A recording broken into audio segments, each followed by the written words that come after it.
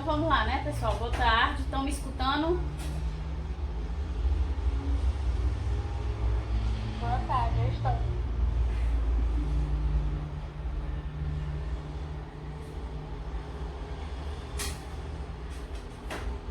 Pronto, então vamos lá. A gente vai começar, certo? E à medida que o pessoal for entrando, vai acompanhando. Como eu disse pra vocês, né? Desde a aula passada a gente está entrando agora nessa parte da imunologia aplicada, que a gente vai de fato ver onde é que se aplicam todos os processos metabólicos que a gente viu a nível celular do funcionamento da resposta imune. Então hoje a gente vai ver aqui as reações de hipersensibilidade, em que a gente vai dar um destaque para aquela reação que é relativa às reações alérgicas, certo? Ou atopias, que a gente vai ver que também são chamadas. Então a gente vai entrar nessa partezinha e no final a gente vai ver os outros tipos, que já vai entrando na próxima aula, que é a aula de autoimunidade, que são os outros tipos de reações de hipersensibilidade, certo? Então vamos lá, vamos começar. Então o que são de fato as reações de hipersensibilidade, né? São distúrbios que ocorrem no organismo do indivíduo devido a falhas do sistema imune. Que falhas são essas especificamente? O sistema imune vai agredir um componente próprio, né, um antígeno próprio, que é a chamada autoimunidade, ou então ele vai ter uma reação exagerada a um antígeno estranho, né, um antígeno externo, causando danos ao organismo devido a essa reação exagerada a esse antígeno, certo? Então as reações de hipersensibilidade se enquadram aí nesses tipos de distúrbios. Estou gravando. Então a gente tem 4 tipos de reações de hipersensibilidade, certo? A gente vai ter a reação de hipersensibilidade do tipo 1, que é a que vai ter a resposta exagerada a um antígeno estranho, certo? E que vai acabar causando danos devido a essa resposta muito forte do sistema imune. E a gente vai ter as reações de hipersensibilidade 2, 3 e 4, que são devidas aí ao ataque do sistema imune a antígenos próprios, né? Que são a autoimunidade, as doenças autoimunes. Então a gente vai ver, à medida que a gente for descrevendo, que as reações de hipersensibilidade do tipo 1, do tipo 2 e do tipo 3 é porque ficaram com piedade da professora, né? Porque é foda mesmo, aí ficaram com pena, aí toda vida me lembro para não acontecer de novo. Aí as reações do tipo 1, do tipo 2 e do tipo 3 serão mediadas por anticorpos, certo? A primeira vai ser para responder um antígeno estranho e a 2 e 3 vai responder e atacar um antígeno próprio. Da mesma forma que a 4, só que a 4 ela não vai ser mediada por moléculas de anticorpos, ela vai ser mediada pelos linfócitos T, certo? Então a gente vai detalhar cada uma mais pra frente, vocês vão ver. Então, basicamente, né, resumidamente, como é que ocorrem essas reações de hipersensibilidade? A reação de hipersensibilidade do tipo 1, que é mediada por anticorpos e ataca antígenos estranhos de forma exagerada, ela é mediada pelos anticorpos específicos da classe IgE. E esses IgEs, eles vão atuar causando a degranulação dos mastócitos. Lá na aula de inflamação, a gente viu que as citocinas desencadeiam lá o processo inflamatório, mas também tem outras formas da gente desencadear o processo desinflamatório. Uma delas é através da degranulação dos mastócitos, que vai liberar ali a histamina e a heparina e também causar aqueles sintomas do processo inflamatório. Então é exatamente isso que as IgEs vão fazer, elas vão degranular esses mastócitos e aí também causar uma resposta inflamatória muito intensa e muito rápida, certo? As reações de hipersensibilidade do tipo 2, que também são mediadas por anticorpos, mas não, são outras moléculas. Lá na aula de inflamação a gente viu que as citocinas tem a capacidade de estimular a resposta inflamatória, mas que também tem outras moléculas que têm essa capacidade, como por exemplo quais? Os leucotrienos e as prostaglandinas, que são secretadas pelos neutrófilos depois que todo o processo é ativado. A gente viu que a histamina e a heparina também são outros mediadores químicos que conseguem desencadear a resposta inflamatória, e elas estão dentro desses grânulos dos mastócitos, certo? Ok? Pronto. Aí a do tipo 2, que é mediada por anticorpos, ela vai atacar o quê? Antígenos próprios, ou seja, o próprio organismo. Então, por isso que ela é dita aqui que autoanticorpos, porque ataca o próprio organismo, vão atacar receptores de células, as células diretamente e os tecidos como um todo. A gente vai ver lá no finalzinho da aula, quando for descrever as demais reações, que vai acabar acarretando aí na morte de células, consequentemente na necrose de partes de tecidos, certo? Karine, Diga. isso daí acontece nas doenças autoimunes, né? Isso. Exatamente. É quando ataca um antígeno próprio, né? É uma molécula própria do organismo que não deveria ser reconhecida como problema, e nas doenças autoimunes elas são reconhecidas como problema e desencadeiam o processo de resposta do sistema imune, e esse sistema imune vai fazer o quê? Atacar células do próprio organismo, células que estão sadias, que não tem problema algum, porque houve esse reconhecimento de um antígeno próprio que não deveria ter ocorrido. E aí ele ataca células sadias, por isso que é chamada de doenças autoimunes. Certo? Então, antígeno nem sempre é algo ruim, é? Isso. Porque você fala antígeno próprio, eu já acho que é algo do próprio corpo que é ruim, que tem que ser... Não. Eliminado. Então, nem sempre antígeno é algo ruim. Não. Na nossa primeira aula lá de revisão, ainda da aula gravada, tem na aula gravada, a gente fala sobre isso. Que existem, e também na aula de apresentação de antígenos, que a gente sabe que todas as células do nosso organismo possuem o MHC de classe 1.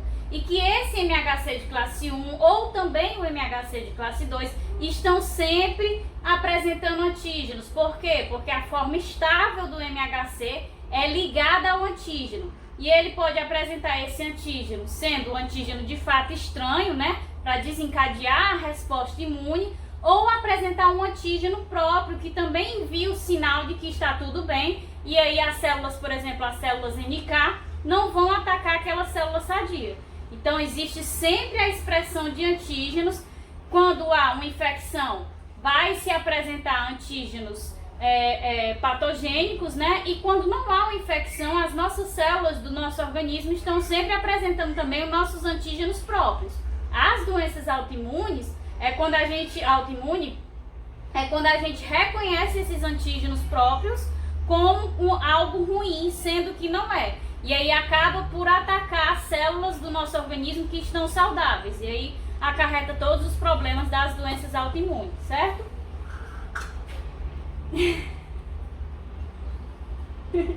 Vai dar certo. Menina, aqui tá tão quente que eu tô com falta de ar de falar. Tá um calor absurdo, eu tô pingando aqui. Jesus. Então vamos lá.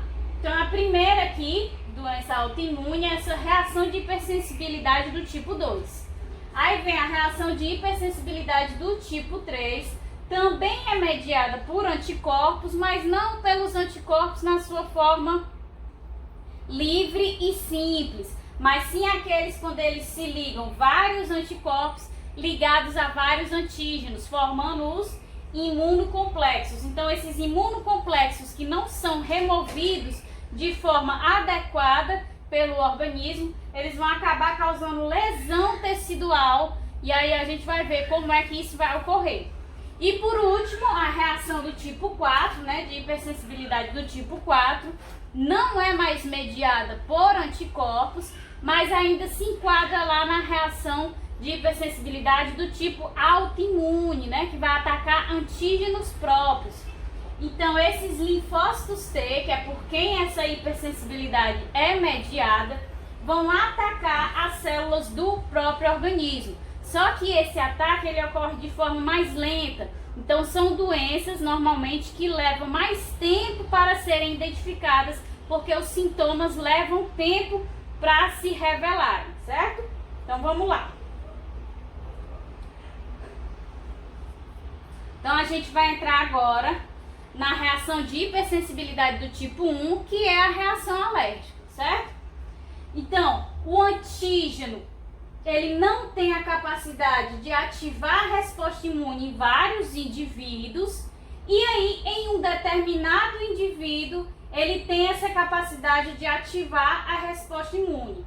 Nesse indivíduo para o qual este antígeno consegue ativar a resposta imune, esse antígeno é classificado, é dito como antígeno alergênico, né? Porque na imensa maioria das pessoas ele não causa uma resposta imune, enquanto nesse indivíduo que tem essa alergia, essa atopia, ele desencadeia essa resposta imune.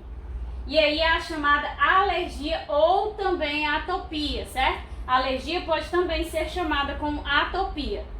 E aí o que é que vai determinar que esse indivíduo seja alérgico àquele antígeno? A imensa maioria das alergias são determinadas por fatores genéticos, certo? Então são indivíduos que já vêm ali com a propensão genética de pai e mãe a ter alergia àquele tipo de antígeno. Que a gente sabe que a síntese dos linfócitos T, linfócitos B, que ocorre lá na medula, é codificada pelo nosso material genético. Então a gente já vem com esses fatores aí desde o momento do nascimento.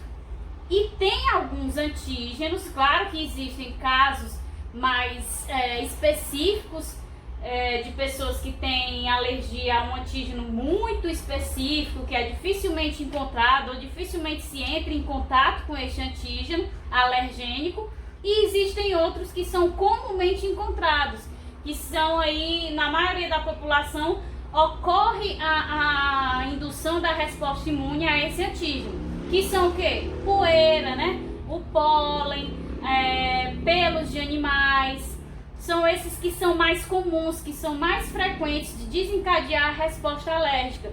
Então a gente tem aí uma propagação ao longo da evolução dessas sequências gênicas que vão codificar para linfócitos T e linfócitos B, que tem a capacidade de reconhecer esses antígenos dessas moléculas, dessas substâncias, como antígenos alergênicos. Essas substâncias, normalmente, tanto essas substâncias comuns como as mais raras, né, aquelas alergias mais raras, elas têm normalmente a característica de ter um baixo peso molecular, ou seja, não são substâncias com alto peso molecular, que têm uma dificuldade aí de absorção, certo? E também elas têm a característica de ter uma alta solubilidade. Então, facilmente elas conseguem passar, adentrar o citoplasma da célula e também circular aí na corrente sanguínea devido a essa alta solubilidade, certo? Então, ideia geral. Vamos lá. Então, aqui a gente vai ter a ideia geral de como é que ocorre essa reação de hipersensibilidade do tipo 1, ou seja, a reação alérgica, certo? Então, primeiro, os IgEs que estão lá circulando na corrente sanguínea, a gente vai ver como é que se chega a esses IgEs na forma livre. Eles vão se ligar ao antígeno que é alergênico para aquele indivíduo, certo? E aí, no momento em que ele se liga a esse antígeno, eles passam a ser secretados na forma livre, certo? Esses anticorpos na forma livre vão poder se ligar aos receptores FC nos mastócitos. Professor, o que são receptores FC? É só se lembrar lá da aula de anticorpos, a estrutura do anticorpo, a cadeia pesada, as cadeias pesadas do anticorpo tem uma região chamada de FC, que é a partezinha de baixo do Y, né? E tem a região FAB, que é a parte superior do Y. Então essa região FC, vocês lembram que foi o que eu falei? que era o que era reconhecido, já que os anticorpos atuam principalmente como opsoninas. Então, essa região FC era o que era reconhecido pelas células fagocitárias, para quem os anticorpos opsonizam, pelo sistema do complemento, para quem os anticorpos opsonizam também, certo? Então, da mesma forma que o sistema do complemento, as células fagocitárias reconhecem essa região FC das cadeias pesadas e se ligam a ela, da mesma forma os mastócitos têm receptores para essa região FC dos anticorpos, certo? E se ligam a eles. Então, o mastócito ligado ao IgE através dos seus receptores e encontrando novamente esse alérgeno, vão se ligar os três, mastócito, IgE e alérgeno.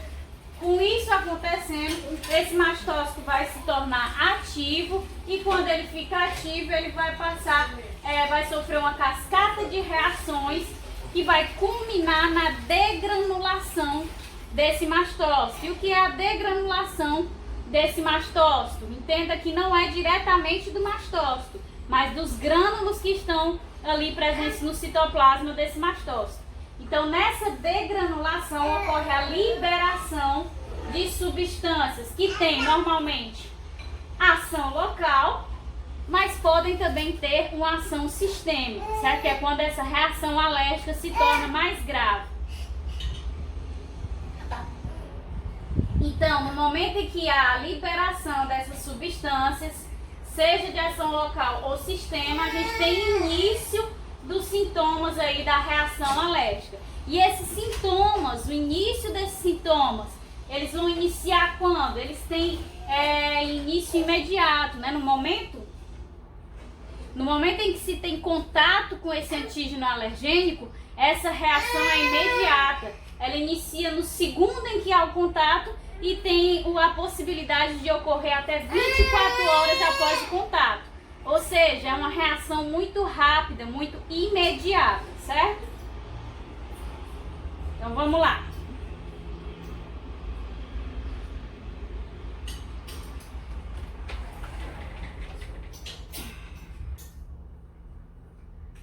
Então, essa reação alérgica, leia-se reação de hipersensibilidade do tipo 1, ela tem 3 fases, certo? Que seguem exatamente essa ordem. A gente tem a fase da sensibilização dos mastócitos, seguida pela fase de ativação desses mastócitos e, por fim, a fase de efetivação desses mastócitos, certo? Então, a gente vai descrever cada uma dessas fases, que aí a gente vai conseguir visualizar melhor aquela ideia geral que eu mostrei no slide anterior, certo? Então, como é que ocorre a sensibilização dos mastócitos? Então, a gente tem ali o indivíduo que vai sofrer a primeira exposição ao antígeno alergênico. Então, ele está tendo ali o primeiro contato com aquele alérgeno. Ele teve o contato com aquele alérgico, os linfócitos B específicos para aquele antígeno alergênico vão o quê? Reconhecê-lo, aí vão fagocitá-lo, né, para processá-lo e apresentá-lo, né, via o quê? Ativação o quê? Timo dependente, que a gente viu lá na aula de ativação, certo? Então, ele vai fagocitar esse antígeno, vai processá-lo. Por que ele teve a capacidade de reconhecer esse antígeno e ali fagocitá-lo? Né? Herança genética. Esse indivíduo que é alérgico a esse antígeno alergênico, ele já tem a propensão genética a reconhecer aquele alérgeno, certo? Então, houve essa fagocitose, esse processamento, e aí vai haver a ativação desse linfócito B específico via o quê? Ativação timodependente. O que foi que a gente viu na ativação timodependente? O linfócito B pegava o alérgeno, processava e ia apresentar o antígeno para quem? Para o linfócito T-CD4. Esse linfócito T-CD4, no momento que era apresentado a esse antígeno, secretava citocinas que permitiam o quê? A gente precisa, nesse caso, de uma resposta imune mais elaborada, né? que a gente precisa produzir quem? IgE. Se a IgE é uma classe diferente de anticorpos de membrana que IgM e IgD, que é o normal. Então a gente vai precisar de uma resposta imune elaborada. Então tá aí, o linfócito B apresentou para o linfócito T CD4. Esse linfócito T CD4 secretou citocinas que permitiram que esse linfócito B e esse linfócito T entrassem no folículo produtor de linfócitos B, certo? Então, no momento em que se entra dentro desse folículo, o linfócito B se direciona para a extremidade do folículo e vai formar o quê? A zona escura. Nessa zona escura, o que é que vai acontecer? A mudança da classe dos anticorpos expressos na membrana desse linfócito B. Em vez de terem agora apenas IgM e IgD expressos na membrana, a gente vai ter IgA, IgE e IgG. E aí esses linfócitos B com essas classes diferentes expressas na membrana, essas três classes diferentes expressas na membrana, saem lá da parte escura, né, da zona escura, e vão novamente ter contato com esse antígeno, com esse alérgeno. E aí vai de fato ativar o linfócito B específico para aquele alérgeno. Então foram produzidos três, né, com o IgA, com o IgG e com o IgE. E no momento que tem esse segundo contato com o antígeno, é que a gente diferencia qual a classe de anticorpo. Então, como é uma reação alérgica, vai ser um anticorpo IgE. Então, esse linfócito B com o IgE na sua membrana, ele vai reconhecer esse antígeno e aí vai, no momento em que ele reconhece o antígeno, ele passa para a formativa. Da formativa dele, ele vai acontecer o quê? Ele vai se diferenciar em plasmócito, não é isso? E o plasmócito é que vai secretar, vai sofrer a expansão clonal, obviamente, né? Com os linfócitos B, com o IgE na membrana, ele vai se diferenciar em plasmócito e o plasmócito faz o quê? Secreta anticorpos. Se os anticorpos que estão expressos na membrana são da classe IgE, qual vai ser o anticorpo que vai ser secretado na sua forma livre? Anticorpos IgE específicos para o alérgeno, secretados agora na forma livre. E aí o que vai acontecer com esses anticorpos na forma livre? Eles vão lá atacar o alérgeno? Não, esses anticorpos na forma livre têm agora a sua região FC das cadeias pesadas, livres para interagirem com o quê? Com os receptores FC dos mastócitos, certo? Então eles ficam ali aderidos agora à membrana do mastócito. No momento em que esses anticorpos IgEs ligam-se à membrana dos mastócitos e ficam ali aderidos, esses mastócitos foram sensibilizados, certo? Assiste de novo. Mas é porque eu fui falar da ativação, né? A ativação é mais complicadinha, aí dá essa embaralhada. Mas é porque quando entra nessa parte fica mais complexo mesmo. Mas no geral não é tão difícil não, certo? É porque eu falei da parte de ativação todinha, justamente para recordar lá a aula de ativação, certo?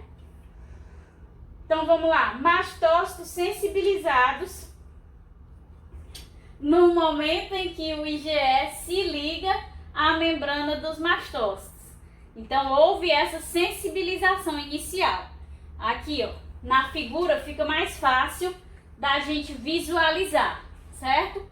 Então, a gente tem aqui a primeira exposição do indivíduo a esse alérgeno, tá aqui, esse é um antígeno alergênico, certo? E aí, o que é que acontece? O linfócito B, que é específico para esse alérgico, liga-se a ele, né? E vai depois aqui processá-lo e apresentá-lo a quem? Perfil TH2 é de quem? Linfócito T CD4, né? Então ele apresenta para esse linfócito T CD4, é o mesmo processo.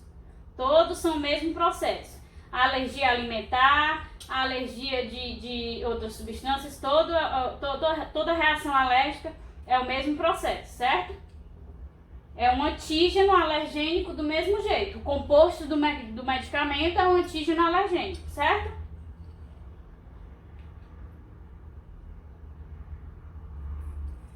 Certo.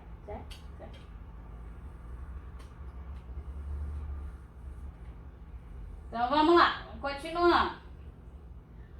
Então, houve aqui a apresentação para esse linfócito TCD4. Sim, é por fatores genéticos, certo? Porque como a gente viu lá na aula dos órgãos linfóides, né? Que a síntese dos linfócitos B e linfócitos T, que ocorre lá na medula, como das células fagocitárias, células sanguíneas no geral, a gente viu que eles são sintetizados lá na medula, a partir dessas células pluripotentes que lá existem, e é proveniente do nosso material genético, da informação contida no nosso material genético, certo? Então ele vem da genética sim da pessoa. Diga. Nós vamos já falar, é uma alergia. A rinite, a sinusite é uma alergia. É como eu falei para vocês, existem alergias que são mais comuns, que a maioria das pessoas tem. E também, nem toda vida será uma resposta alérgica, como a gente vai falar lá na frente quando eu for falar deles. Existem também os casos de infecções, certo? Sinusite e rinite essa terminação it é de inflamação. Então vem aqui essa inflamação das vias aéreas. Não necessariamente essa inflamação pode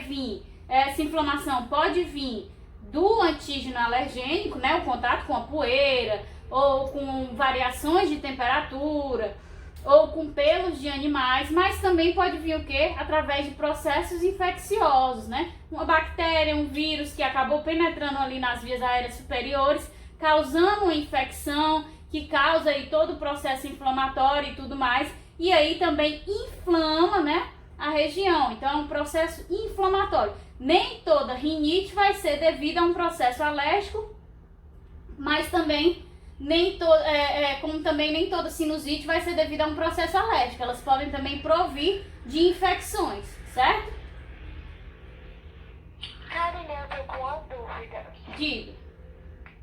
Assim, tipo, por exemplo, se a minha mãe tem alergia à dipirona, eu tenho predisposição a ter também? Sim, tem. Ah, entendi. Agora eu entendi. Mas pode ser que não ocorra, né?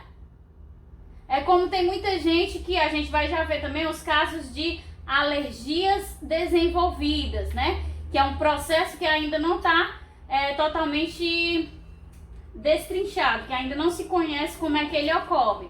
Eu tenho uma tia que ela não tem praticamente alergia nenhuma. E a filha dela tem alergia a tudo. Tem alergia a coco, tem alergia a tudo que você possa imaginar, compostos de desodorante, tudo que você imagine, ela tem alergia. Então, aí a gente sabe que houve o processo, toda a nossa informação genética, ela provém do pai e da mãe, mas a gente sabe que todas as relações genéticas de codominância, ou então de um ser dominante, o outro ser recessivo, tudo isso vai interferir diretamente nas nossas características fenotípicas. A gente não tem características determinadas por apenas um par de genes, a gente tem as características determinadas por vários pares. Então, o teu processo de formação de embrião e tudo mais lá na fecundação faz com que você seja um indivíduo único. Você não vai ser totalmente igual ao teu pai e à tua mãe, porque tu recebeu metade do pai, metade da mãe, então eu vou ter metade das características do meu pai, metade das características da minha mãe. Não, cada indivíduo é único, porque no momento da formação do embrião, a gente tem ali essa formação complexa dos gametas unindo os materiais genéticos e todas as relações genéticas que a gente viu aí no ensino médio, de codominância, de dominância, de recessivo. Então é isso que vai determinar as suas características, certo?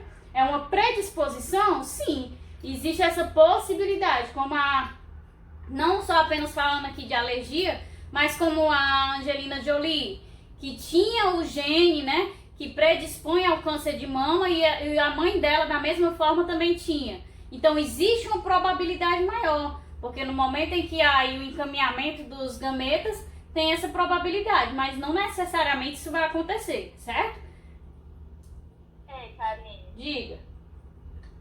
Tu sabe me dizer como se explica, assim, eu já vi uma pessoa que ela postou um vídeo dizendo que ela tem alergia à água, tipo, quando ela toma banho, ela fica toda vermelha, cheia de bolinha, essas coisas. Só que ela pode beber a água.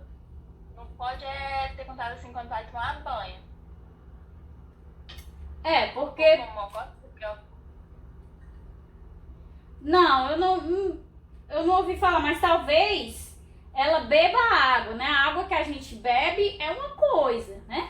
É água potável. A água que a gente toma banho é outra coisa. Talvez ela não tenha alergia à água em si, o H2O. Talvez ela tenha alergia a algum componente aí da água tratada dos encanamentos. Algum sal, algum flúor que é colocado, né? Também para as pessoas que são mais carentes, a distribuição de água coloca flúor diretamente na água para tentar evitar aí a formação de cáries nas pessoas mais carentes que bebem a água diretamente da torneira.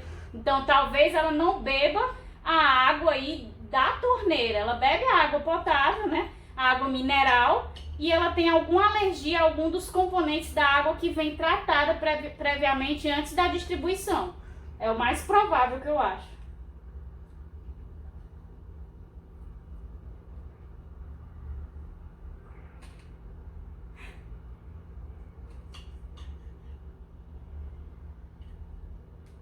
A água H2O, pois é isso que eu não sei, eu nunca ouvi falar não, mas aí como é que vai funcionar, né? Tenho que dar uma pesquisada nisso aí, como é que a pessoa vai viver se ela tiver alergia ao H2O em si, porque todas as reações do organismo, todas as reações metabólicas ocorrem em meio ao H2O. Eu não sei se é diretamente ao H2O ou aos componentes que aí são adicionados à água. Certo? Vou dar uma olhada e aí qualquer coisa eu passo para vocês, beleza? Então vamos lá, continuando. Fez a apresentação aqui para esse linfócito T. Esse linfócito T vai liberar citocinas que vão fazer com que esse linfócito T entre no folículo, forme a zona escura e mude os seus anticorpos de membrana de IgM e IgD para IgA, IgE e IgG. Esses anticorpos agora diferentes na membrana desse linfócito B saem da zona escura e vão se encontrar novamente com o alérgeno. E aí vai se escolher de fato aquele anticorpo de classe diferente que é específico para aquele alérgico. No caso de um alérgeno, é o anticorpo da classe IgE. Então esse anticorpo, esse linfócito B com IgE na membrana fica ativo. Após ativo, ele sofre a expansão clonal, né, a multiplicação. Depois ele vai se diferenciar em plasmócito e esse plasmócito passa a secretar esses IgEs na forma livre. E aí vem esses IgEs aqui secretados pelo plasmócito e vão se ligar através da região FC aos receptores de FC presentes na membrana do mastócito. E aí no momento em que isso acontece aqui, esse mastócito foi sensibilizado. Isso no primeiro contato, na primeira exposição ao alérgeno, certo? E aí a gente tem aí as próximas duas fases, que é a fase de ativação e a fase de efetivação. A fase de ativação vai suceder de qual forma? Ocorre então uma segunda exposição ao alérgeno, né? Então, esse alérgeno ali que vai ter contato agora com o mastócito sensibilizado. O que é o mastócito sensibilizado? É o mastócito que tem ali ligado na sua membrana os IgEs. E aí esse IgE, ele está ligado ao mastócito apenas pela região FC das cadeias pesadas. Então significa que os sítios de ligação ao antígeno ainda estão livres. E é através desses sítios de ligação ao antígeno livres que vai haver a ligação com o alérgeno nessa segunda exposição. Então, quando se liga ao alérgeno na segunda exposição, essa ligação do IgE que está lá na membrana do mastócito a esse alérgeno vai desencadear a ativação e degranulação dos mastócitos. Então, os grânulos que estão ali presentes no citoplasma dos mastócitos vão liberar suas substâncias, que são o quê? Aminas vasoativas, enzimas, mediadores lipídicos e também citocinas, aí numa fase mais tardia. Então, há a liberação de todas essas substâncias no momento em que ocorre a ativação dos mastócitos. Então, quando ocorre a segunda exposição e esses IgEs que estão lá na membrana do mastócito se encontram com o alérgico e se ligam a ele novamente, vão desencadear a ativação desse mastócito, ou seja, a sua degranulação, a liberação das substâncias que ele contém, certo? Essa é a fase de ativação. Aí a última fase, que é a fase de efetivação, né? Houve a liberação de todas aquelas substâncias, aminas vasoativas, enzimas, mediadores lipídicos, citocinas também. Então a gente tem como aminas vasoativas que esses grânulos liberam histamina e heparina, que tem uma ação imediata e intensa de segundos até 6 horas após a exposição ao alérgeno, certo? A histamina, como a gente viu, ela é um vasodilatador, por isso que ela também vai desencadear o processo inflamatório. A heparina também é um vasodiluidor, que vai aumentar a permeabilidade ali dos tecidos ao sangue, também causando o processo inflamatório, o extravasamento ali do conteúdo sanguíneo. A gente tem também os mediadores lipídicos, que é o quê? Leucotrienos, né? Prostaglandinas, que também vão desencadear esse processo inflamatório, de aumento da permeabilidade dos tecidos ao conteúdo sanguíneo, da vasodilatação. Então, eles também têm essa capacidade de desencadear essa resposta, só que aí de forma mais tardia. Eles fazem a mesma coisa que a histamina e a heparina, só que eles vão desencadear essa resposta de 6 até 24 horas após o contato com o alérgeno, certo? Além disso, né, além dessas moléculas que desencadeiam a resposta inflamatória mais intensa, essa vasodilatação e tudo mais, a gente também vai, que eu falei para vocês, também vai ter aqui a contração da musculatura lisa, certo? Então, processo inflamatório, vasodilatação, aumento da permeabilidade e também contração da musculatura lisa.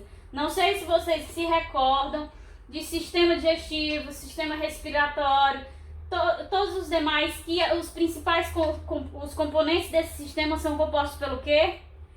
Tecido muscular liso, né? A grande maioria, por exemplo, no sistema respiratório, mantém esse tecido muscular liso não totalmente contraído, obstruindo essas vias aéreas, porque tem os anéis de cartilagem ainda que seguram, né? Que não permite que haja esse colapso, por exemplo, o colabamento da traqueia.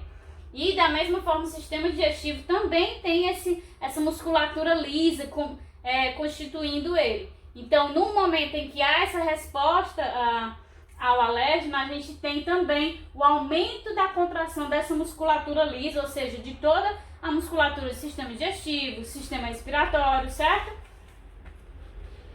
E aí, além das aminas vasoativas, dos mediadores lipídicos, como leucotrienos e prostaglandinas, a gente também vai ter liberados pelos grânulos dos mastócitos enzimas que terão uma ação imediata de segundos até 6 horas após a exposição ao alérgeno e também citocinas. Só que as citocinas elas só passam a ser secretadas de forma tardia, da mesma forma que os mediadores lipídicos. Elas só vão ser secretadas, só vão atuar a partir de 6 horas até 24 horas após a exposição ao alérgeno.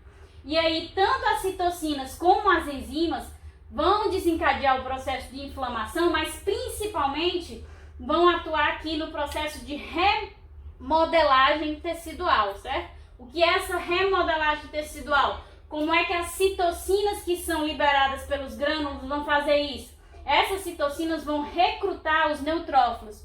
E é os neutrófilos que têm essa capacidade ali de atuar removendo as células que foram atingidas pela ação daquele alérgeno, né? Ou células que morreram pela ação do alérgeno, o processo inflamatório desencadeado pelo alérgeno, e também as enzimas também vão atuar nessa remodelagem tecidual, seja reparando, como também regenerando esse tecido, certo? E aí, todo esse processo aqui que eu descrevi para vocês, desencadeado por essas substâncias liberadas pelos grânulos, é o processo de efetivação, ou seja, é quando os mastócitos estão na situação de mastócitos efetores, estão de fato ali desencadeando a reação em si, quando a gente começa a visualizar os sintomas da reação alérgica, ok? Então a gente tem aqui, a gente viu na figura anterior o mastócito sensibilizado, né? Que era com esses IgEs aderidos à membrana dele. E aí a gente vem aqui uma segunda exposição a esse alérgeno. E o que é que vai acontecer nessa segunda exposição a esse alérgeno? Os sítios de ligação ao antígeno estão livres, como vocês podem ver aqui. E esses sítios de ligação ao antígeno vão se ligar ao alérgeno novamente. Quando ocorre essa ligação dos IgEs da membrana dos mastócitos a esse alérgeno, vai desencadear a degranulação, a ativação primeiramente do mastócito, né? Ele se torna ativo e aí ele vai degranular, liberando o seu conteúdo dos grânulos no meio. E aí que conteúdos são esses? Aminas vasoativas, mediadores lipídicos que vão desencadear aumento da permeabilidade dos tecidos, vasodilatação, contração da musculatura lisa, processo inflamatório, sendo que as aminas vasoativas, que são histamina, heparina, vão ter uma atuação imediata, até 6 horas após a exposição ao alérgeno, e os mediadores lipídicos, que são prostaglandinas e leucotrienos, vão ter essa reação, essa mesma resposta, de 6 a 24 horas após a exposição ao alérgeno. Enquanto aqui citocinas e enzimas também, que não estão representadas nessa figura, vão ter atuação ali principalmente no remodelamento tecidual, sendo que as enzimas elas têm esse papel do início até 6 horas após a exposição ao alérgeno, enquanto as citocinas só de 6 horas até 24 horas após a exposição do alérgeno, porque elas vão recrutar os neutrófilos que vão desempenhar esse papel de reparo e regeneração tecidual, certo? Então a reação de hipersensibilidade do tipo 1, que é a reação alérgica, ela ocorre dessa forma. Seja para substâncias presentes em alimentos, seja para substâncias provenientes de remédio, seja para substâncias do meio, certo? Então, toda a resposta vai ter o mesmo desenrolar, sensibilização, ativação e efetivação, certo? Então, a gente vê aqui, ó, mais uma vez, mastócito ativada e todas as moléculas que são liberadas, reparo tecidual, certo? A gente tem aumento da permeabilidade, né, que vai causar a formação do edema, porque vai extravasar conteúdo sanguíneo, para que as células de defesa possam também passar pelo processo de diapedese, aumento da contração da musculatura lisa, seja do sistema digestivo como do sistema respiratório, vasodilatação, né? Se a gente tem contração da musculatura lisa e a gente sabe que o sistema respiratório tem a grande parte dos seus componentes compostos por essa musculatura, vai haver o quê? Uma broncoconstrição, né? E os brônquios compostos por essa musculatura lisa vão ali contrair demais e acabar dificultando o processo respiratório, certo? Então são todos os principais sintomas desencadeados pelo processo alérgico. Então a gente vai detalhar agora algumas curiosidades, podemos dizer assim, das reações alérgicas, né? Das reações de hipersensibilidade do tipo 1. A gente tem, por exemplo, aqui as chamadas alergias desenvolvidas, né? Então, em que um indivíduo diz que eu sempre comi camarão e nunca tive problema nenhum. Aí um determinado dia comi e tive a reação alérgica, certo? Então, esse indivíduo que numa segunda exposição ele não evolui para a fase de ativação e de efetivação. Quando ele tem o primeiro contato, ele já tem ali a predisposição a ter alergia àquele antígeno alergênico, certo? Então ele consegue realizar a sensibilização dos mastócitos, mas quando ele tem a segunda exposição ou outras exposições, ele não desencadeia aí a continuação da reação de hipersensibilidade. Ele não vai desencadear a ativação nem a efetivação dos mastócitos. E em um determinado momento da vida, ele vai ter um novo contato e vai ocorrer as fases de ativação e de efetivação. Isso ocorre ainda por razões desconhecidas. Ainda não se sabe porque em determinado momento um indivíduo que já teve exposição, já teve contato com o antígeno alergênico várias vezes, em determinado momento ele tem finalmente a resposta imune àquele antígeno, àquele alérgeno. E a partir de então passa a ser alérgico àquele composto. Então ainda não se sabe como isso ocorre, mas o processo em si da reação, quando finalmente vai ocorrer a mudança para a fase de ativação e efetivação, é o mesmo, só não se sabe porque anteriormente se manteve como uma espécie de dormência dessa resposta alérgica, certo?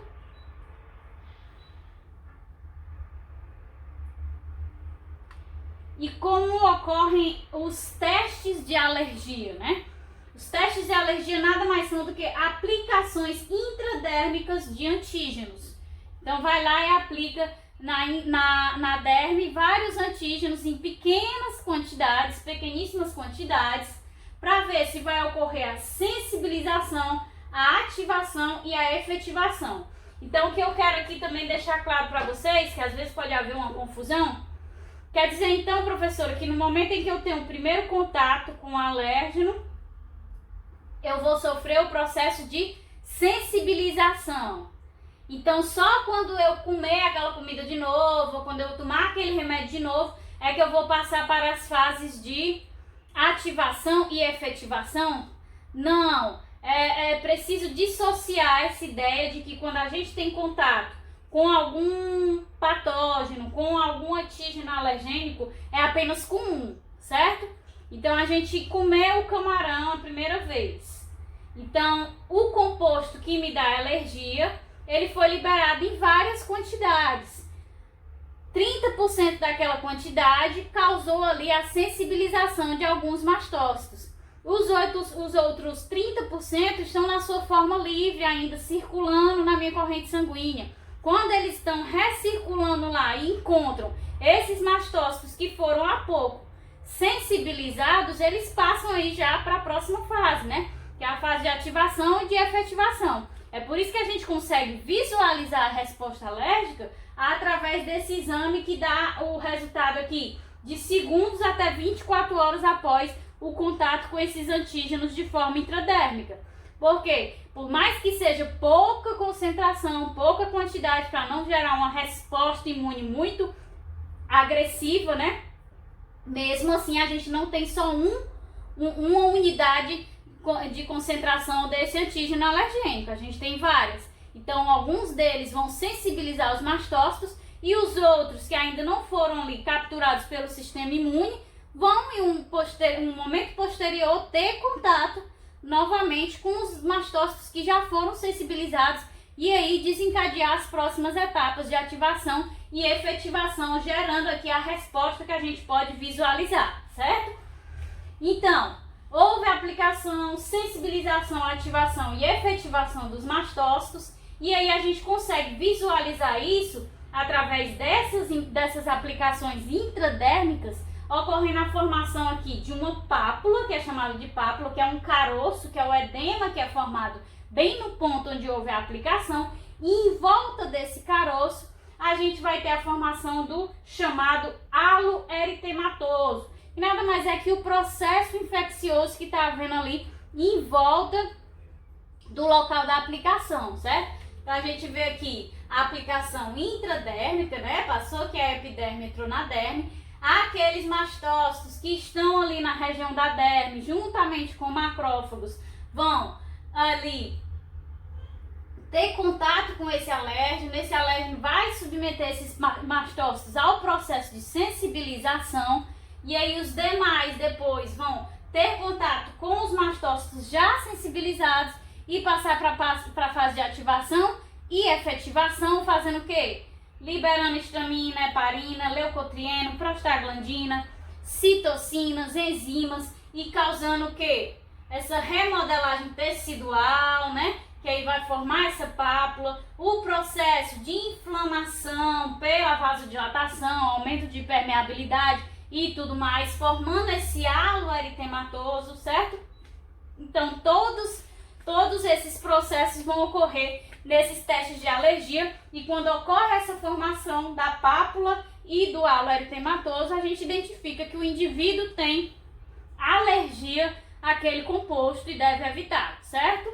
Quanto mais intensa for a resposta, maior é o grau de alergia do indivíduo para aquele antígeno alergênico, certo? E aí a gente tem como principais exemplos, né, os exemplos mais comuns de reações de hipersensibilidade do tipo 1, ou seja, de reações alérgicas, a rinite, a sinusite, as alergias alimentares e também a remédios, a asma, certo?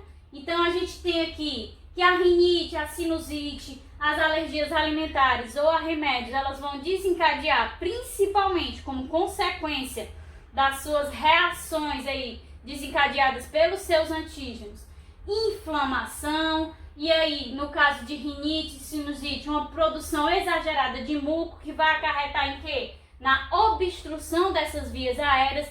Lembrando mais uma vez que também podem ser causadas por quê? Por processos infecciosos, né? Por vírus, por bactérias, que também vão gerar inflamação, excesso de produção de muco e aí obstrução, certo?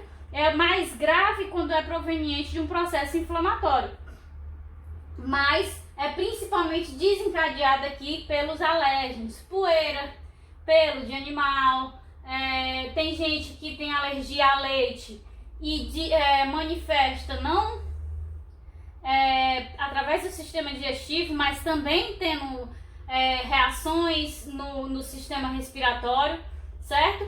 Então a gente tem que as principais formas de tratamento desses casos aqui de reações alérgicas são a administração de antihistamínicos. A histamina é a molécula mais potente do processo de efetivação dos mastócitos.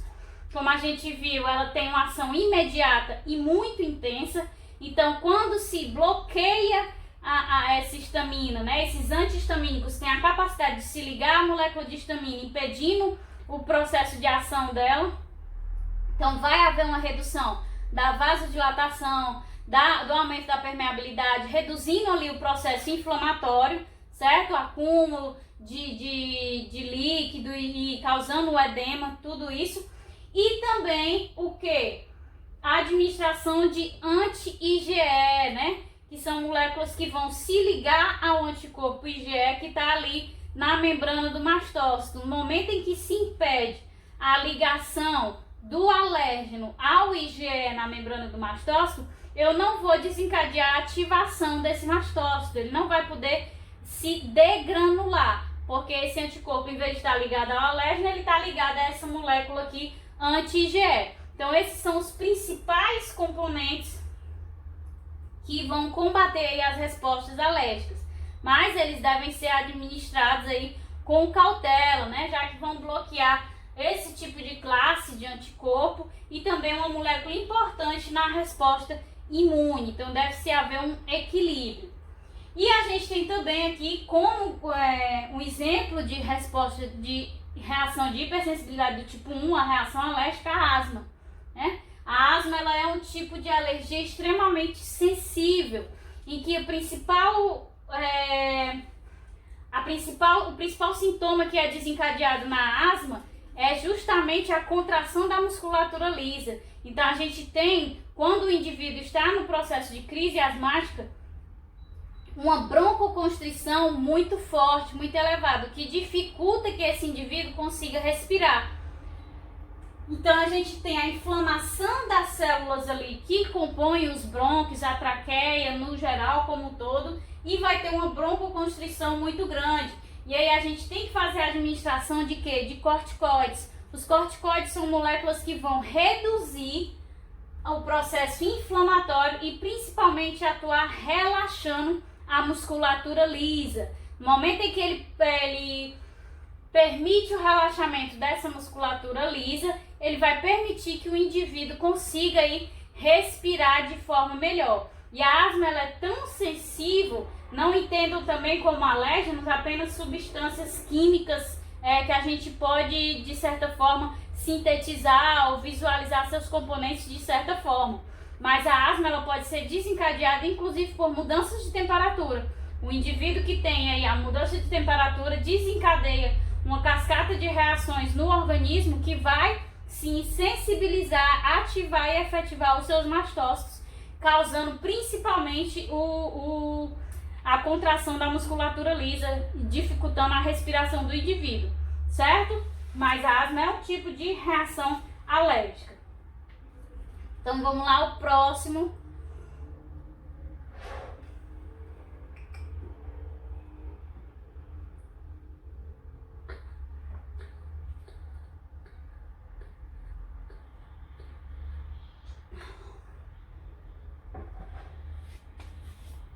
Aí outra coisa, quando a gente ouve sobre reação alérgica, que a gente vê muito é o choque anafilático.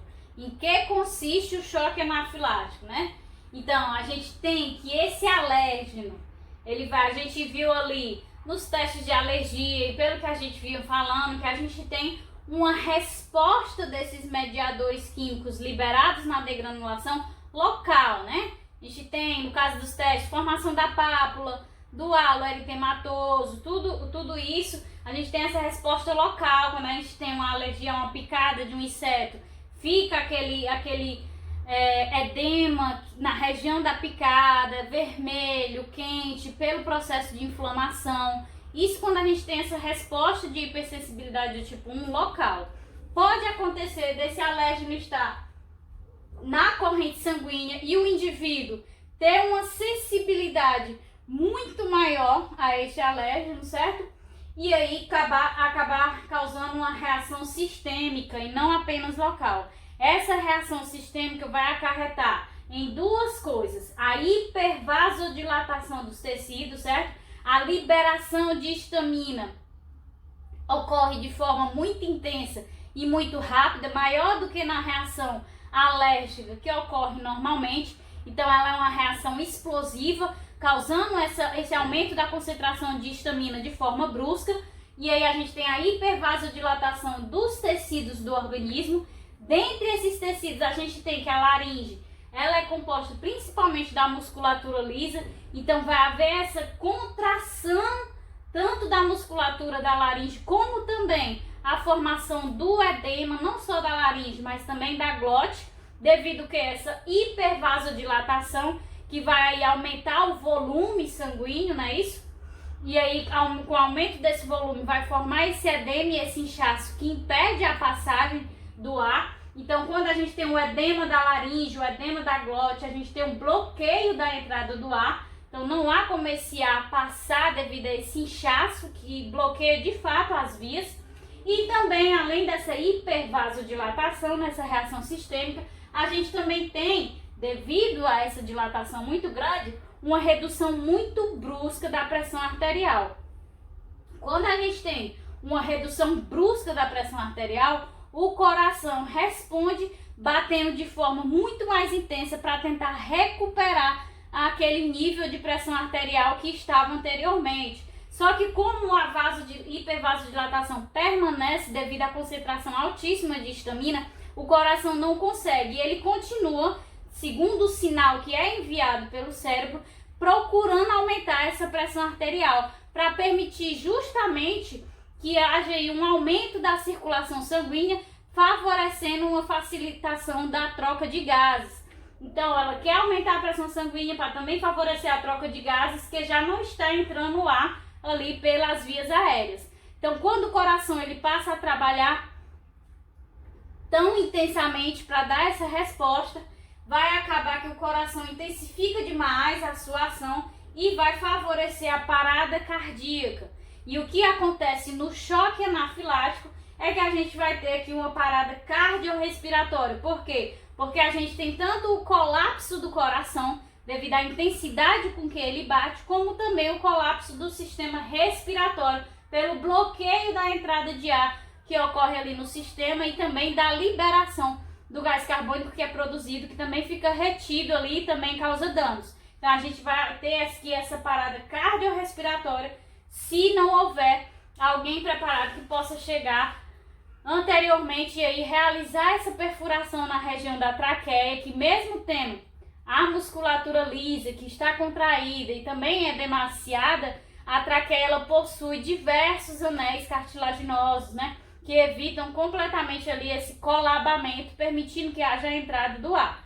Então, se não houver, infelizmente, o choque anafilático, ele é muito perigoso e precisa de um tratamento imediato. E que tratamento seria esse, né?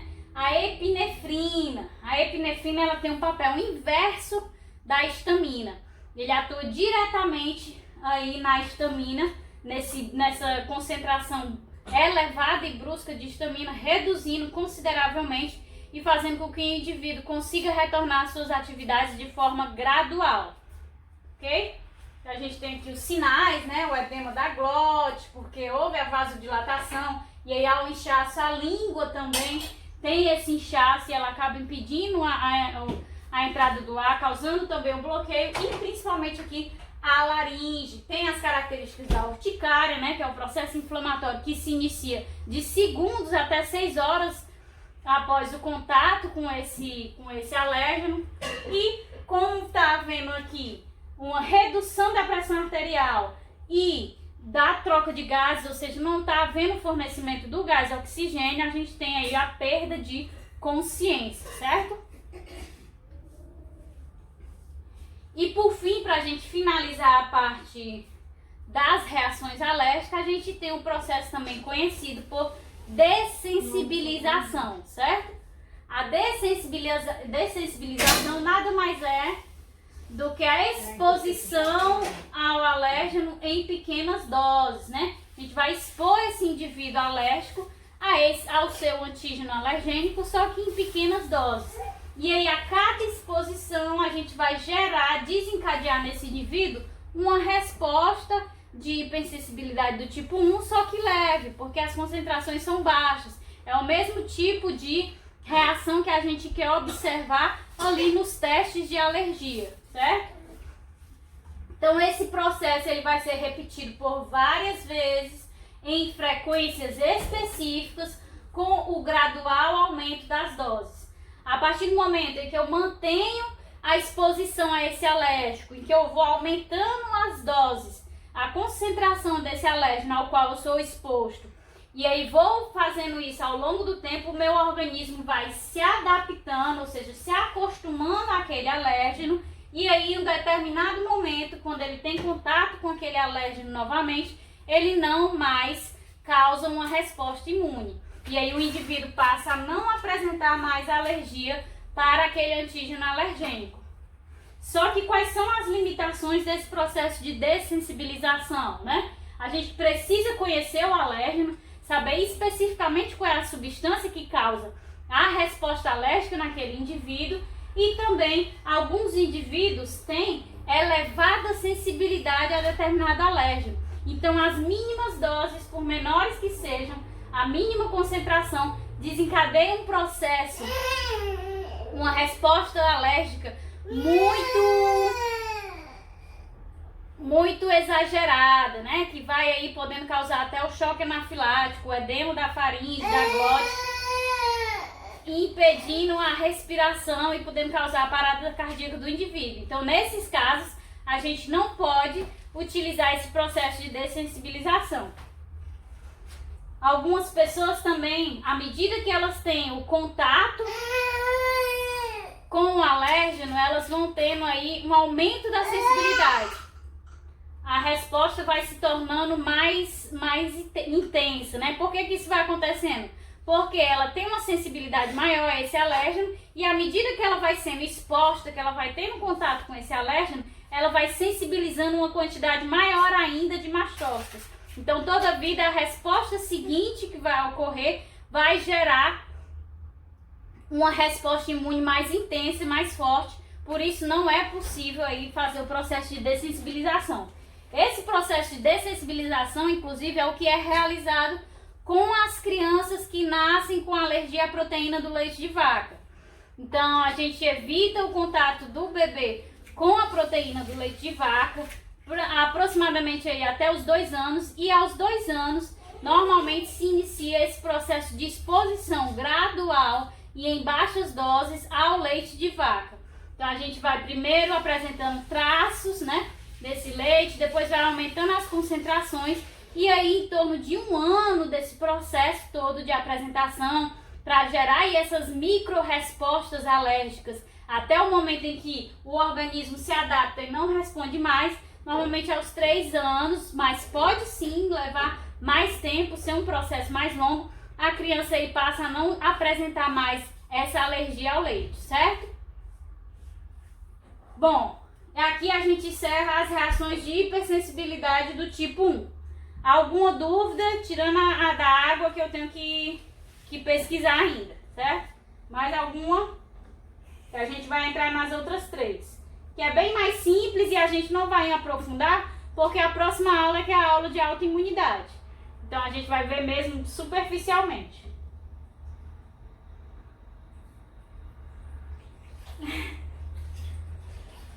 Aí qualquer coisa manda no WhatsApp, não tem problema não.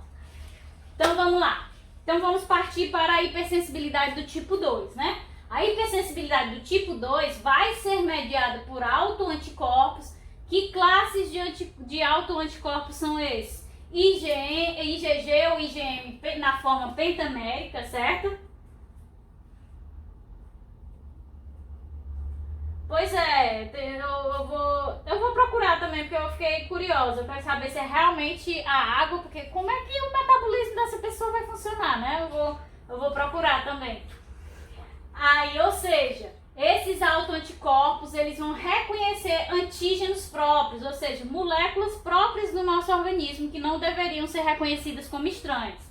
Então, esses anticorpos opsonizam esses antígenos próprios, né, porque eles reconhecem esses antígenos próprios, se ligando a eles. E o que é que os anticorpos fazem quando se ligam a um antígeno, seja ele próprio ou estranho? Vão marcar esse antígeno para ser destruído, né? Então, se ele se liga ali a um antígeno expresso na membrana de uma célula saudável, um antígeno próprio expresso na membrana de uma célula saudável, ele vai estar opsonizando, vai estar sinalizando para as células fagocitárias destruírem aquela célula saudável. Ou também quem? O sistema do complemento, né? Aquele anticorpo ligado a um antígeno nada mais é do que o quê? A forma de ativação da via clássica, né? Anticorpo ligado ao antígeno ativa a via clássica do sistema do complemento. E aí o sistema do complemento vai desencadear todos aqueles processos que culminam na síntese do complexo de ataque à membrana, formando os poros e aí matando a célula por necrose. Então a gente vai ter que células sadias, células saudáveis são eliminadas, seja pelas células fagocitárias ou pelo sistema do complemento, que são aí ativados, são chamados para desencadear esse processo pela ligação desses anticorpos, autoanticorpos, né, que causam essas doenças autoimunes. Então essa hipersensibilidade do tipo 2 se enquadra como uma autoimunidade, porque vai atacar o próprio organismo. E a gente tem 3 tipos principais aqui de doenças, exemplos, mas existem vários, certo? A gente tem a anemia hemolítica autoimune, temos a miastenia graves e temos o hipertireoidismo. Então eles atuam de formas diferentes, mas todos são desencadeados por esses anticorpos que enviam a informação errada. Então vamos ver aqui. Então, na anemia hemolítica autoimune, a gente tem que os anticorpos se ligam a receptores de membrana das hemácias e aí sinalizam para o quê? Opsonizam essas hemácias para destruição pelas células fagocitárias. Então acaba que as células fagocitárias degradam, fagocitam várias hemácias do nosso sangue, causando a anemia. Se a gente tem anemia, a gente tem fraqueza, né? Má distribuição de oxigênio, pouca energia. Então essa anemia ela é causada aí por esses autoanticorpos que reconhecem antígenos próprios aí presentes nas hemácias como estranhos, se ligando a eles. Aqui esse soro de Cumbres é o teste que é realizado para saber se a pessoa tem esse tipo de anemia hemolítica autoimune. Ele tem anticorpos, anticorpo anemia tem lá a sigla, certo? Então esses anticorpos se ligam aqui a esses anticorpos e vão causar aí a mudança da coloração desse soro e mostrar que existe realmente a presença desses autoanticorpos. Então são eles que causam a anemia genética ali naquele indivíduo, certo? Segundo tipo de doença que a gente viu o exemplo ali, a miastenia gravis, certo? Quando o indivíduo não tem essa doença, a gente tem aqui no músculo, miastenia gravis, ela vai causar ali a pessoa que não consegue contrair o músculo, né? Vocês devem ter visto lá no sistema muscular que o músculo, ele vai fazer todo o processo de locomoção, né? Para aqueles indivíduos que a gente vai vendo que à medida que a doença vai evoluindo, eles vão perdendo os movimentos, vão tendo dificuldade de quê? De respirar, porque a gente sabe que a musculatura lisa vai sendo prejudicada, vão tendo que se alimentar por sonda, porque não conseguem mais desempenhar o processo de digestão, porque a musculatura lisa que vai realizar ali todos os movimentos peristálticos começa a ficar também prejudicada, bem como o processo de locomoção. Então, esse músculo, para que ele contraia, ele precisa receber o sinal do neurônio motor aqui através da acetilcolina. Então, o neurônio motor libera esse neurotransmissor, que é a acetilcolina. A acetilcolina vem aqui para os receptores das células musculares, das fibras musculares, e ela vai se ligar a esses receptores, as fibras musculares, estimulando a contração do músculo, normal. Essa é a situação normal. Quando o indivíduo tem a miastenia gravis, anticorpos reconhecem esses receptores aqui das fibras musculares e se ligam a eles, reconhecem esses antígenos próprios, essas moléculas próprias.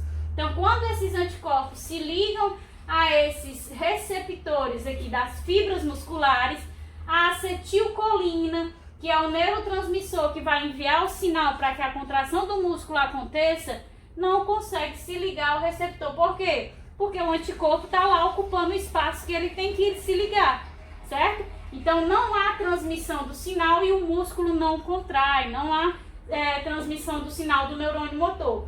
Então esse músculo não contrai, isso vai ocorrendo em todos os tipos de musculatura. E aí o indivíduo vai definhando à medida que a doença vai evoluindo. E aqui a gente tem um caso semelhante, que não tinha uma figura que demonstrasse de forma mais clara, mas eu vou tentar mostrar com a figura aqui da miastenia, certo?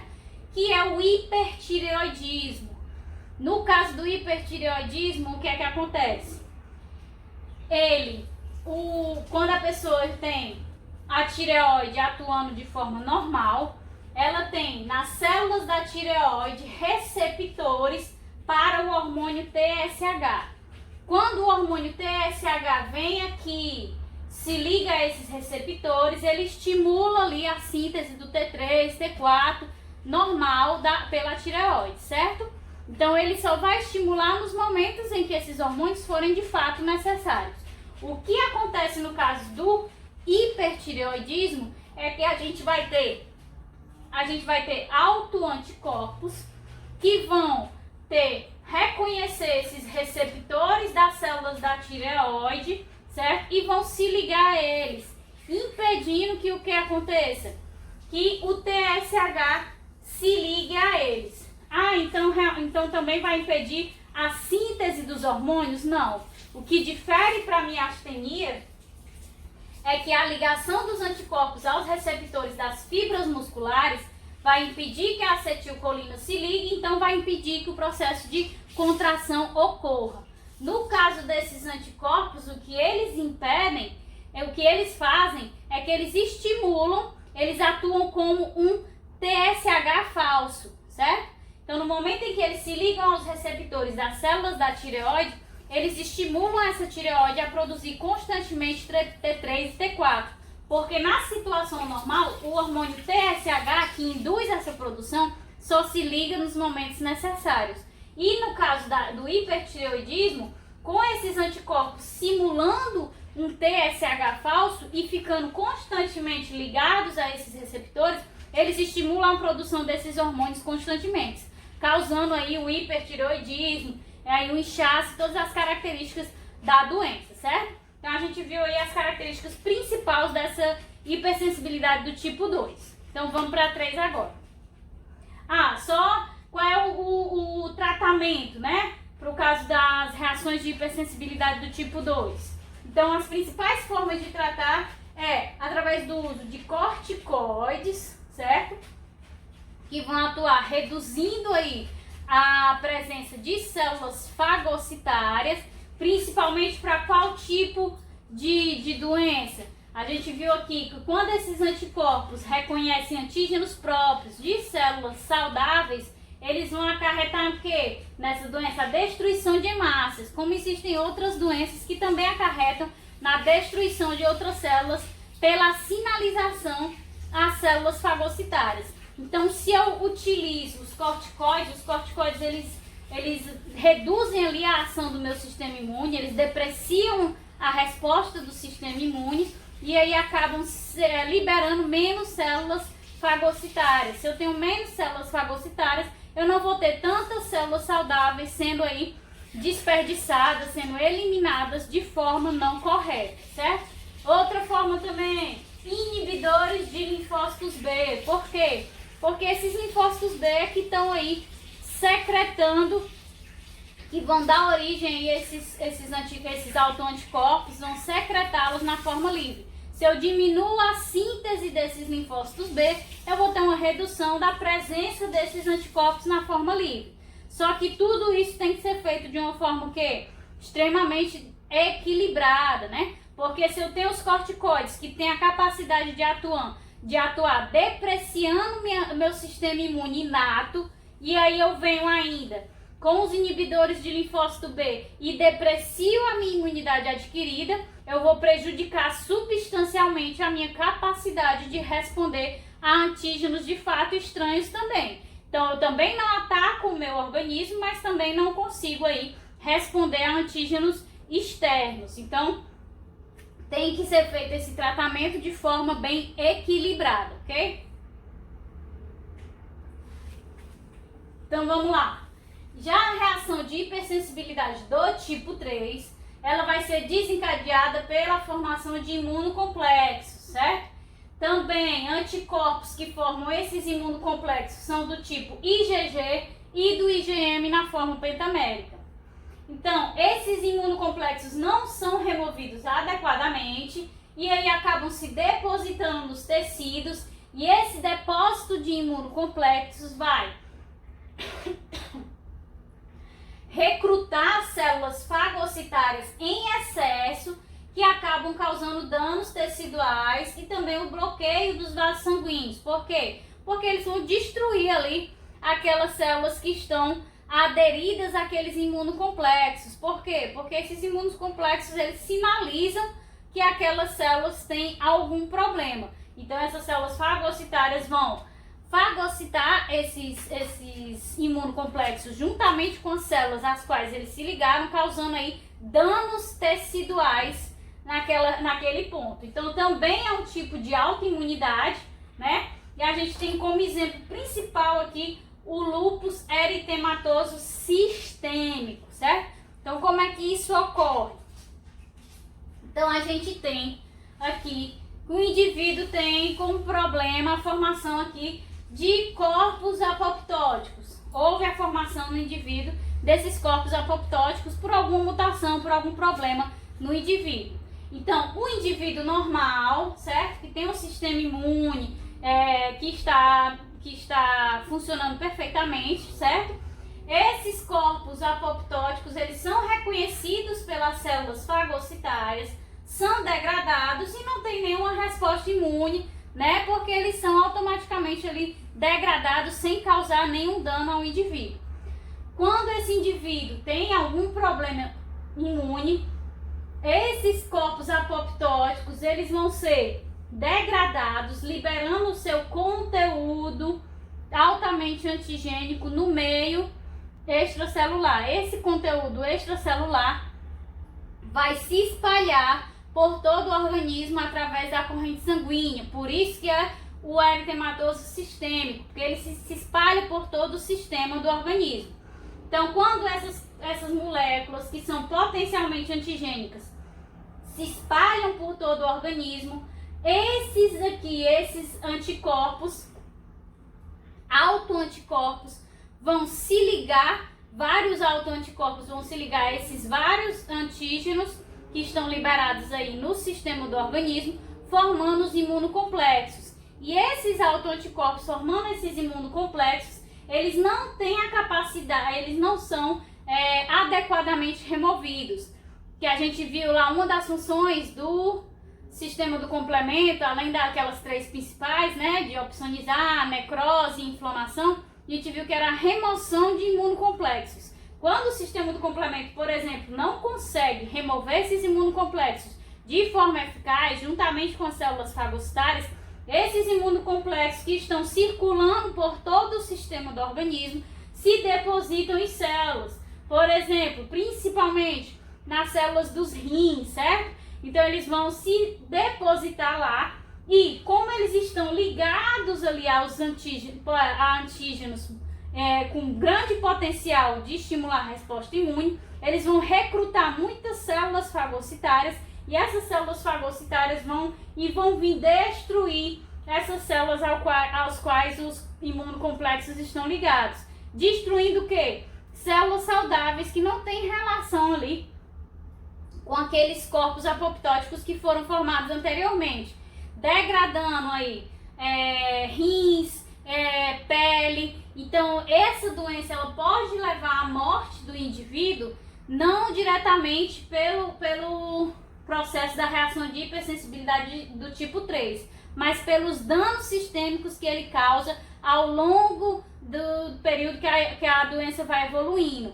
Então, ele vai atacar os rins, vai atacar o coração, as células do coração. Então, todos esses locais onde esses imunocomplexos acabam se depositando e as células desse tecido onde eles se depositaram são degradadas, né? São eliminadas de forma incorreta, de forma que não houvesse a necessidade dessa eliminação, vão causar os danos aí ao indivíduo. A gente vê, né? A formação das manchas, né? Porque tem aí a degradação da pele do indivíduo em si, tem também os problemas renais e aí começa a afetar todos os sistemas do indivíduo e ele vai tendo uma redução drástica da sua qualidade de vida.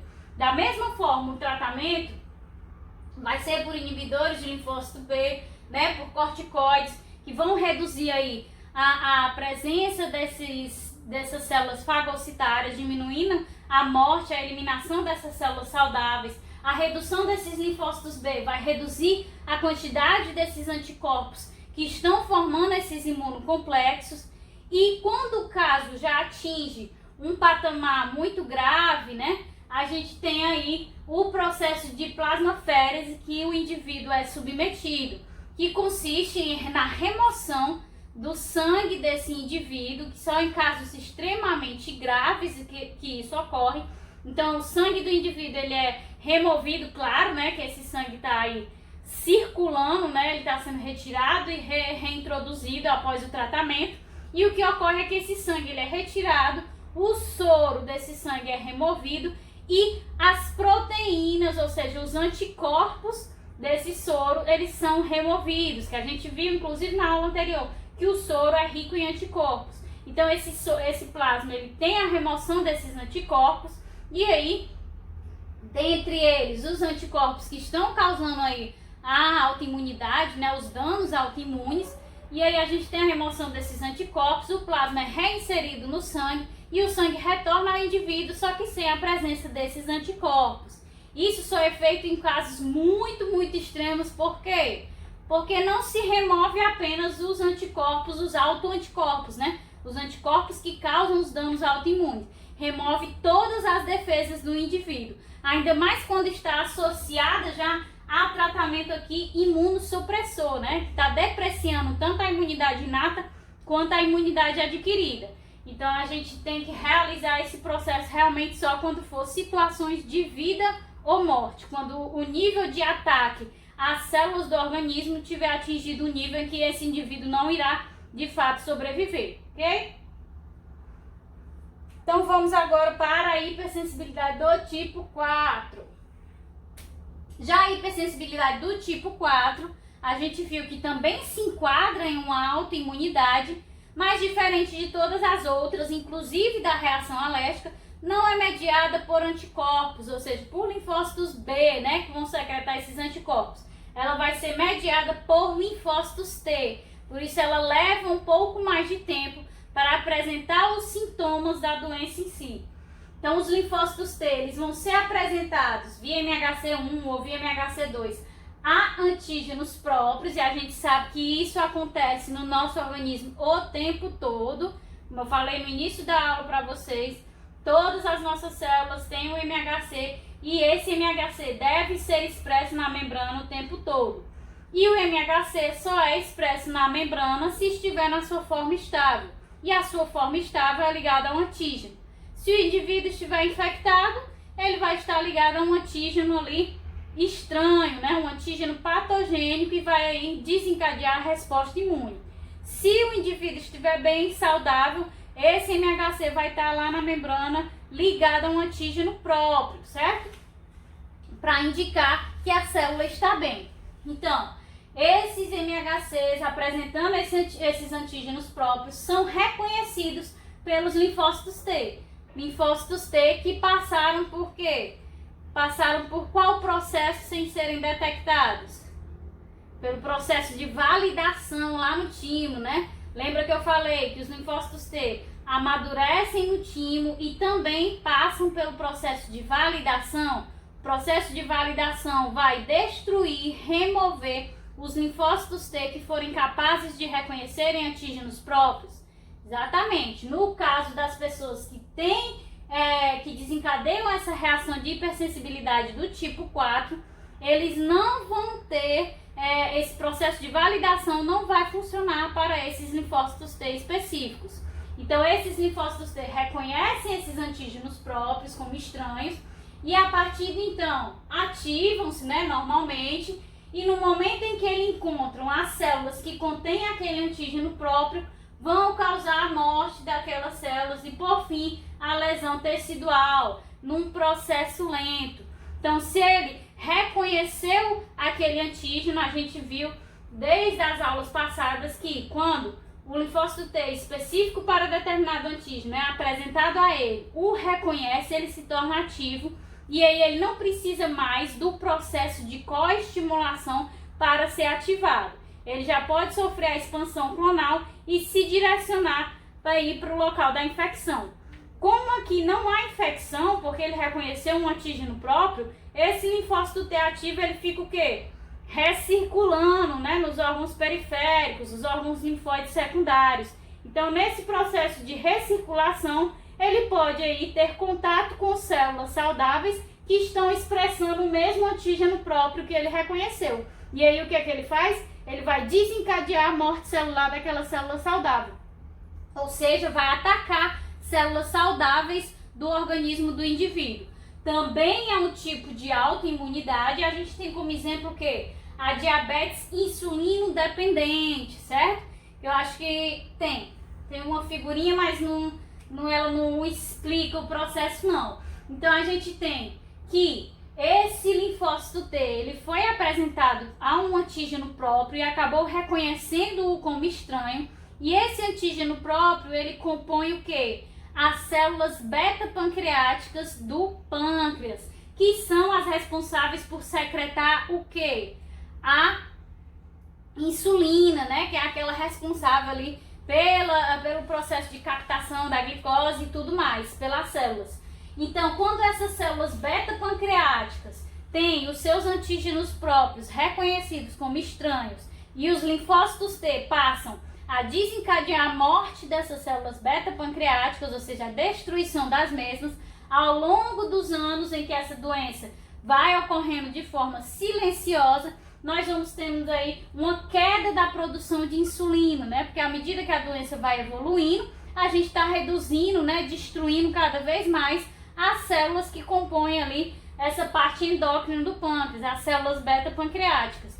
Então, com a destruição das células beta, a gente não tem mais a produção da insulina e não consegue aí mais captar a glicose, remover a glicose do sangue, causando todos os problemas aí da diabetes. Por isso, nesse caso, a gente não vai fazer tratamentos de depreciação da imunidade inata ou da imunidade adquirida. Por quê? Porque a gente não tem essa resposta imediata, né? A gente não consegue visualizar isso em tempo hábil. Quando nós conseguimos descobrir que existe essa doença no indivíduo, o nível de destruição dessas células beta já está muito elevado. E aí já ocorre que existe a necessidade de repor a insulina que não consegue mais ser produzida por essas células. Então essa insulina ela precisa agora ser administrada por outras vias, certo? Ok?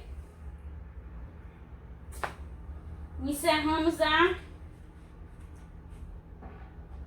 urticária aquagênica. Mas é porque eu quero entender o processo complexo, entendeu? Por exemplo, será que é reação de hipersensibilidade tipo 1, tipo 2, tipo 3, tipo 4? Quero ver bem direitinho. E aí eu vou mandar pra vocês, viu? Pra vocês lerem mais alguma coisa.